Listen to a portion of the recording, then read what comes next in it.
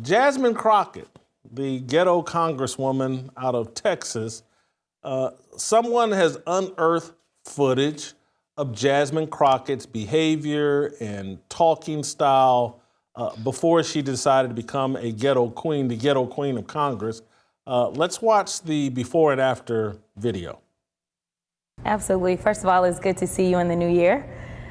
You know, no one could have told me that when I went down to Austin, now it looks like a little bit over a year ago, that I would be running for Congress. It's just not what my plan was. But what I've always decided is that I would step up when there was a need.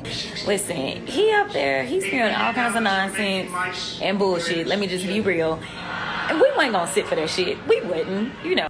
But when she called me and said, I think it's time for me to retire, and you're the one that I believe should take my seat, I really was kind of caught off guard. I didn't anticipate that. If anyone knows anything about the Congresswoman, they know. We showed up, and if he had some sense, then maybe we would have been about that life. But y'all know he ain't got no sense, so please give some love. This took a little bit of coordinating to do, for sure. We got some cool shirts. You know, the congressional seat is over 4 times as large as my House seat. And I was just starting to get into the rhythm of doing constituent services and things like that. We got Madam Williams, who just happens to have the honorary seat. It's not even honorary because she's holding it down, y'all. But the legend himself, John Lewis, that is the seat in which she currently serves. So she honored his legacy. This is the message that she wanted to send today. We've seen it a million times. You know, I saw someone, I think it was Jeff Charles or someone tweeted out, hey, that's code switching and blah. And people act like this is some skill we've developed, that's some positive we code switch. And all it is, code, it's just being fake. And so, yes, we have mastered the art of being fake in front of certain people for our benefit or for performative reasons. But they took a little suburban black girl next door, cute face, you know, went to a little private, I think Catholic, predominantly white high school in St. Louis, and said, hey, we're gonna dress you up as a Yaz queen from the ghetto when you get to Congress. We want you to come up out of character and we want you to play this different role. And so she's cursing and being loud, and she's leaning into the fake eyelashes and the fingernails and all of that. It's a clown show.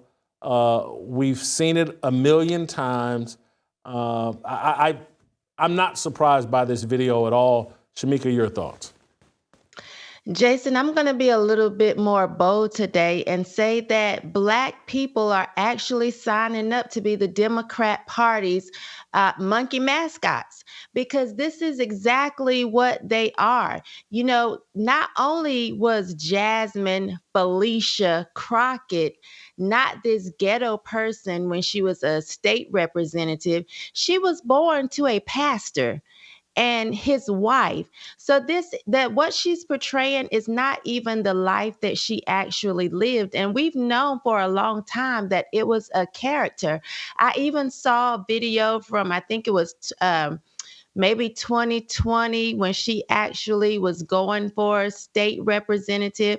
She was very calm, just as we saw in this video, a little bit chubbier, eyelashes weren't as long and dramatic.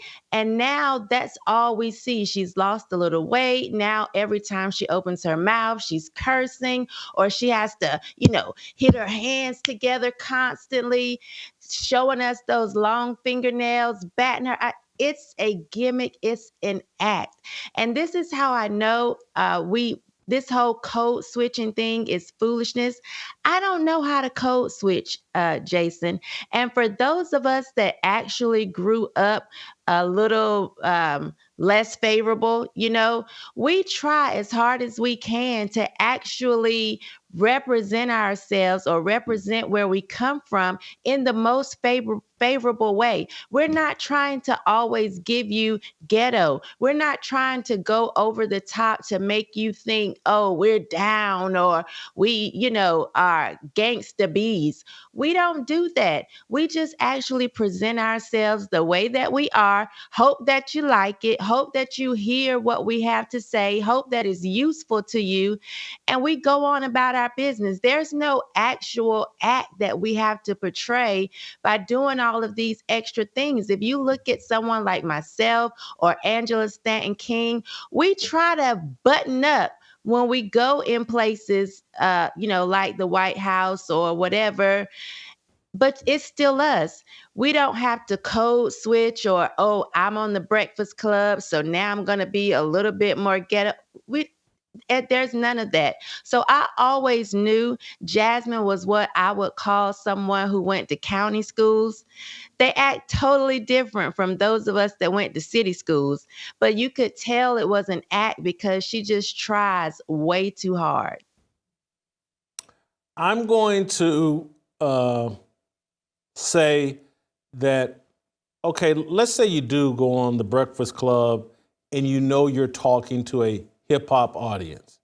And so you may end up using words that are familiar to hip hop fans.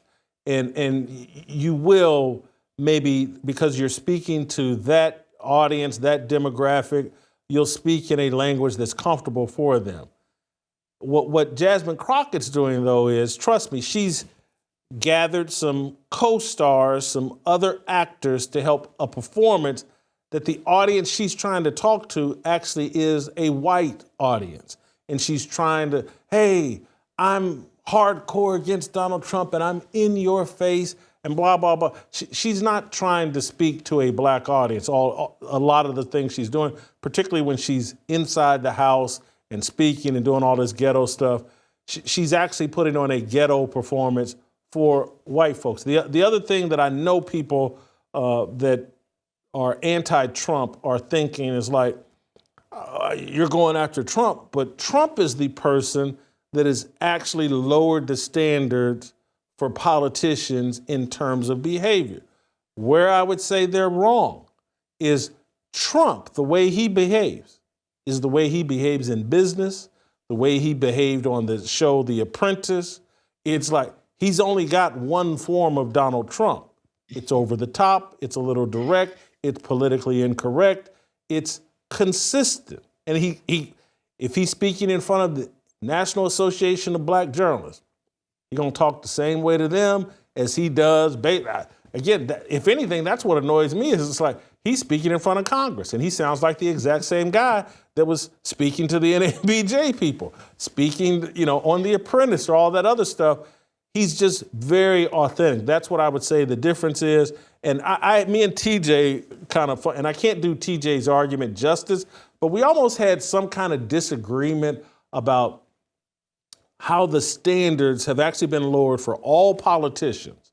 But my argument was like, well, Jasmine Crockett and they're taking their cues from rappers. Everybody is always trying to sound like, hey, I just walked off the set of a rap video when they go into this performance deal.